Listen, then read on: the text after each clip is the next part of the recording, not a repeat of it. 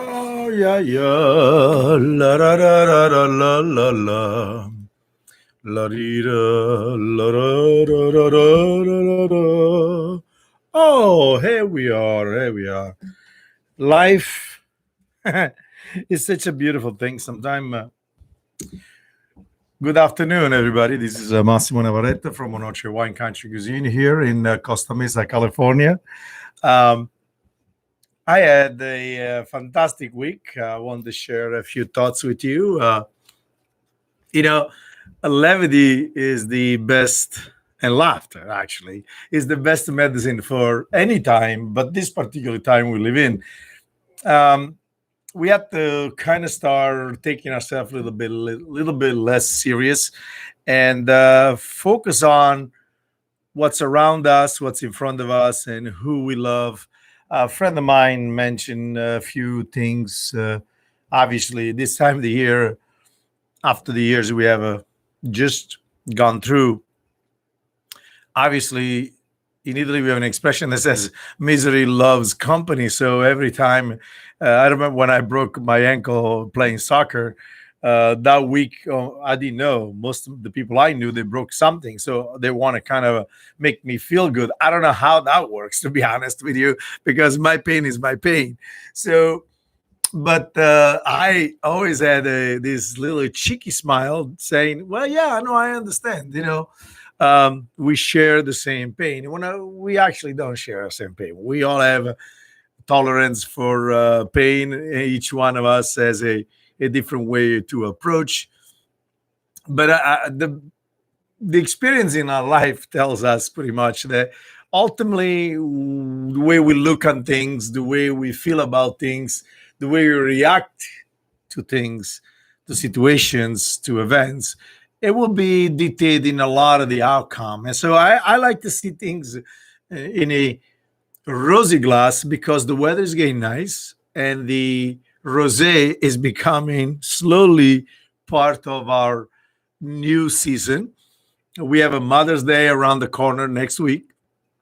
What a better occasions to pop up a nice sparkling rosé for our wonderful mothers and wives and sisters and daughters, all the future procreator of a next generations to come, and also honor the generation that already is here, and some of us that has been around this planet for quite some time already. I mean, in my case, probably, as you're well aware of, I've been around half a century plus.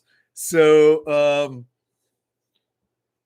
my mom obviously passed last 2 years ago, and with all the sadness of the moment, also there's the beautiful memory that one can go to.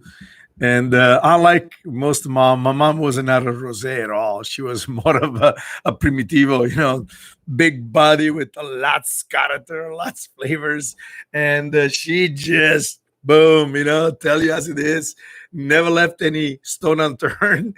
And if you went for empathy, you just got a bowl of fruit in your face with all the kind of micro diversity and aggression you can imagine. So I am always, when I think about my mothers, I have this amazing feeling that exists in my heart. And yeah, so it because she was the ultimate old fashioned nonsense, get it done, move it on. you know uh yeah, I got it, you're not feeling well, but what are you going to do about it? Are you going to stay there and cry all day, or just going to move along and make yourself feel better? So I guess she has her own wonderful sweet way to go about it. And so every woman have her own ways, and they have beautiful ways, and we just have to learn to appreciate. So levity and laugh, this is the best applied when we choose wine. This is the best applied when we sit at a dinner table. It's, I think, is probably the most Italian expressions of dining, eating, and drinking among friends and family, because this is supposed to be the greatest time of the day. the culminations of all things, and then you just discharge all the commitment and all the pain and sufferings and all the good and bad and evil, whatever it is. But when you get to the table, you just want to let it go.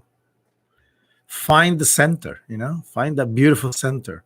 And usually a glass of wine is the center, it's the focus. I know that some people use alcohol to masquerade or to want to drown down some of the feeling or some of the expressions and the things they ever heard during the day. But don't do that.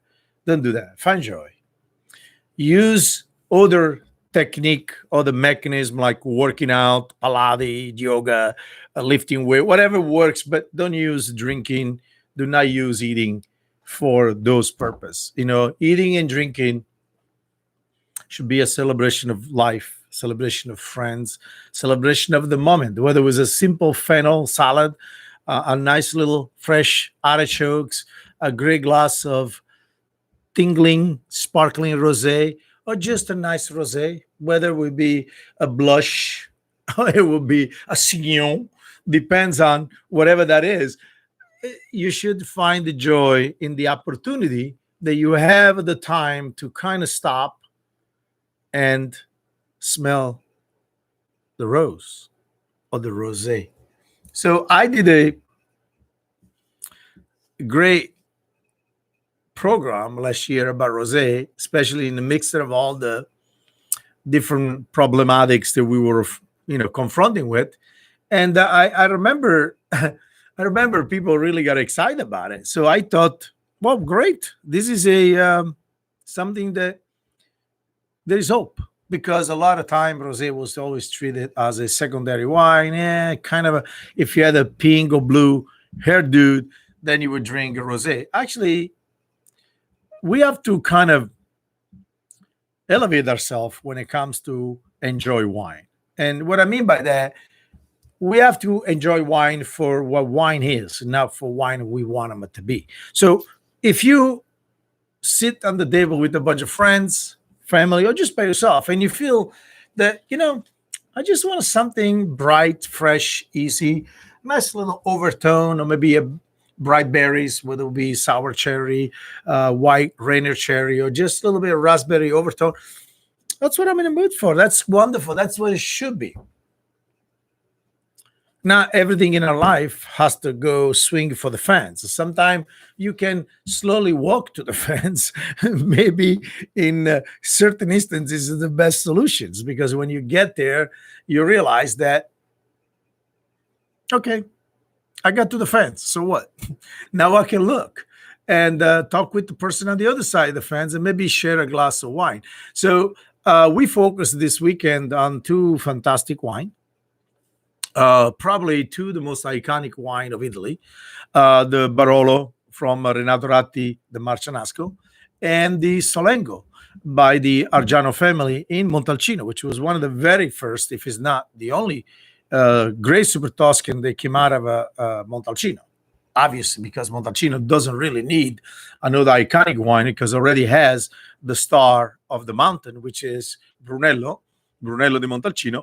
But Giorgio Takis contribute to one of the greatest winemaker of our time, together with Tenchville, to create this beautiful wine, elegant, supple, with wonderful notes of dark fruit, very balanced on the palate. A wine of a world class for sure. Very important. What I love about a Solengo that is placed in the marketplace where it's not inexpensive, but it's not outrageous either, and you're really drinking a world-class wine. Barolo, on the other hand, it's a totally different story, because the Renato Ratti story is kind of an interesting one, because he was working for the Cinzano in Brazil, creating vermouths and selling vermouths. But then he came back to his homeland in La Mora, and he start, looking to buy some land. And obviously, it's very hard to find available land in Barolo, because it's such a small area of a high quality avocations for Nebbiolo. So he actually worked into a subzone, and he bought the area of Marcianasco, which at the time was considered like a secondary area for premier crew, if you will, because that's what the Barolo comes down to. You have a general Barolo, which everybody knows. They are different vineyards. They bring grapes from different vineyards, and that's your regular, ordinary, wonderful Barolo. But then, more specific, Barolo focus on, just like a Burgundy, on the individual vineyards. The Serralunga, the Villeros, and so on and so on. But they're also sub-zone. In other words, not quite the area. And to me, sometimes it takes a smart visionary to understand that, yeah, sometimes to do something a little less, it's a better, because the brand gets a lot of awareness, because it's a much more affordable wine. The price structure is quite accessible to most people. And so you enter a marketplace with a different awareness. So people are willing to try, even if they're not really familiar. They heard about this wine called Barolo, but not really familiar with it. So this particular wine, this particular Barolo, gives you the kind of both world, right? So you get great Barolo from a single vineyards, but because it was a sub-zone, there was not the big price range. So the people want this to try. It's like, wow, this is really wonderful. And what I love about Renato Ratti, eventually he bought, like everybody else, in a different premier zone. But nothing to take away from those areas, and nothing to take away from some of the more elite, unique zone like Canubis and La Serra. Ultimately, though, you are really walking to the fine line. So when I say about levity and laugh, it applies also to wine and wine purchasing, because sometimes one can take extreme too serious, like we do in our society. Like you have three idiots singing and yelling on the top of their lungs, and all of a sudden we think everybody's doing that. And then you have three other idiots on the other side doing the same thing, and you think everybody's doing that. But most of the people don't really care. They're like, oh, okay, I got to go to the mall. My kids is playing soccer. I don't really care about this nonsense. Same with the wine. Some people are so enamored with a particular zone or particular crew, they are willing to spend the $200-$300 for it, which is wonderful. But it doesn't take anything away, drink-wise and quality-wise, if you are actually not buying that particular one. And you can go a little bit south of the particular vineyards and find a nice little treasure in drinking high quality, wonderfully made, specifically focused Barolo, and you enjoy the wine just the same. In fact, I think if in many ways it makes you fall in love with the wine. And if you don't quite fall in love with it, then it's okay, because you bought a nice bottle of wine. So that's why I always trying to encourage people to dare to walk into a wine shop. And, if you were looking for Sassicaia, great, it's an amazing wine. But ask the wine merchant what else they have from that area, what else that they will suggest to you or show to you from that particular area that is not quite Sassicaia, but has the same element, everything the same. And I know some people are going to go screaming and scream. And I say, oh, Massimo, what are you talking about? And there's nothing like Sassicaia. It's not true. It's actually absolutely not true. It's just not. It's just like Lafite. It's not true. There's plenty of wine like Lafite. Now, it's not Lafite, obviously. So it's a question of brand and high quality, without any doubt. But on the other hand, if you go to Bulgari, there's been a numbers of a great wine at the same level, with not the same fame or the same sticker price.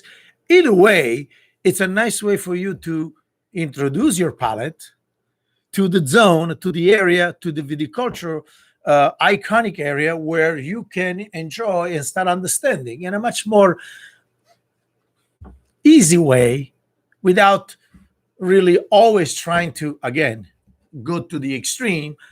And by now, of course, if you don't worry about it and you want to, sure, welcome. The wine is there. The name brand is there.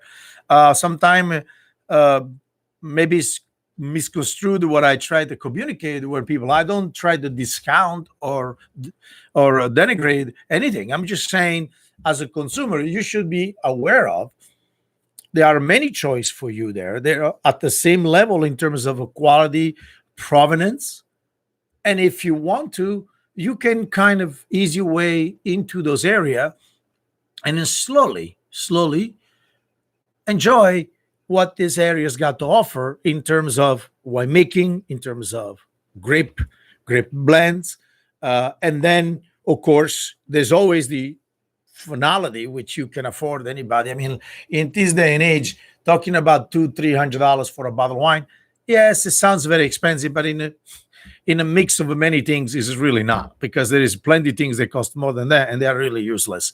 They bring no joy. They absolutely a waste of time. I can mention a few, but I'd rather not.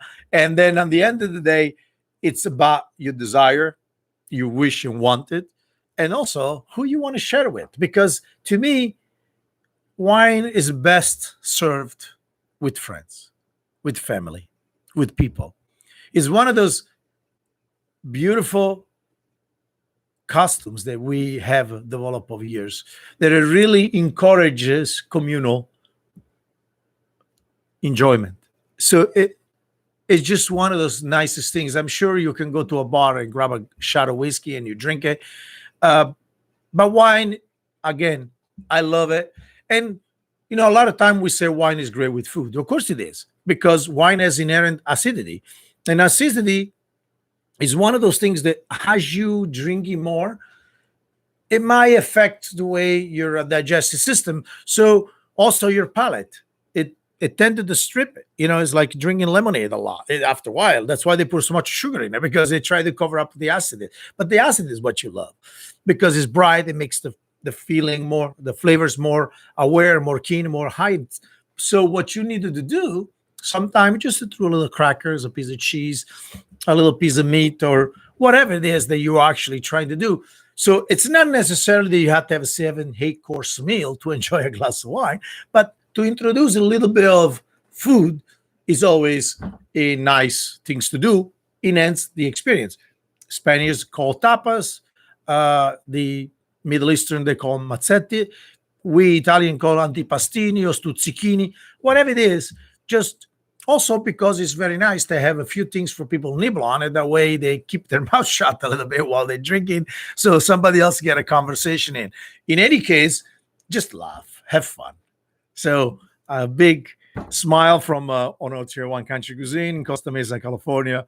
This is Massimo Navarrete, chef and owner of Onotria. I hope I see you at one of my wine events on a weekend. Friday and Saturday, we do food and wine pairing, always a 4 or 5 course meal with 4 different wines. And you can enjoy the wine with us in our company, give a little bit explanation what the wines are from. But most important, we just want to have a good time. Ciao. Arrivederci.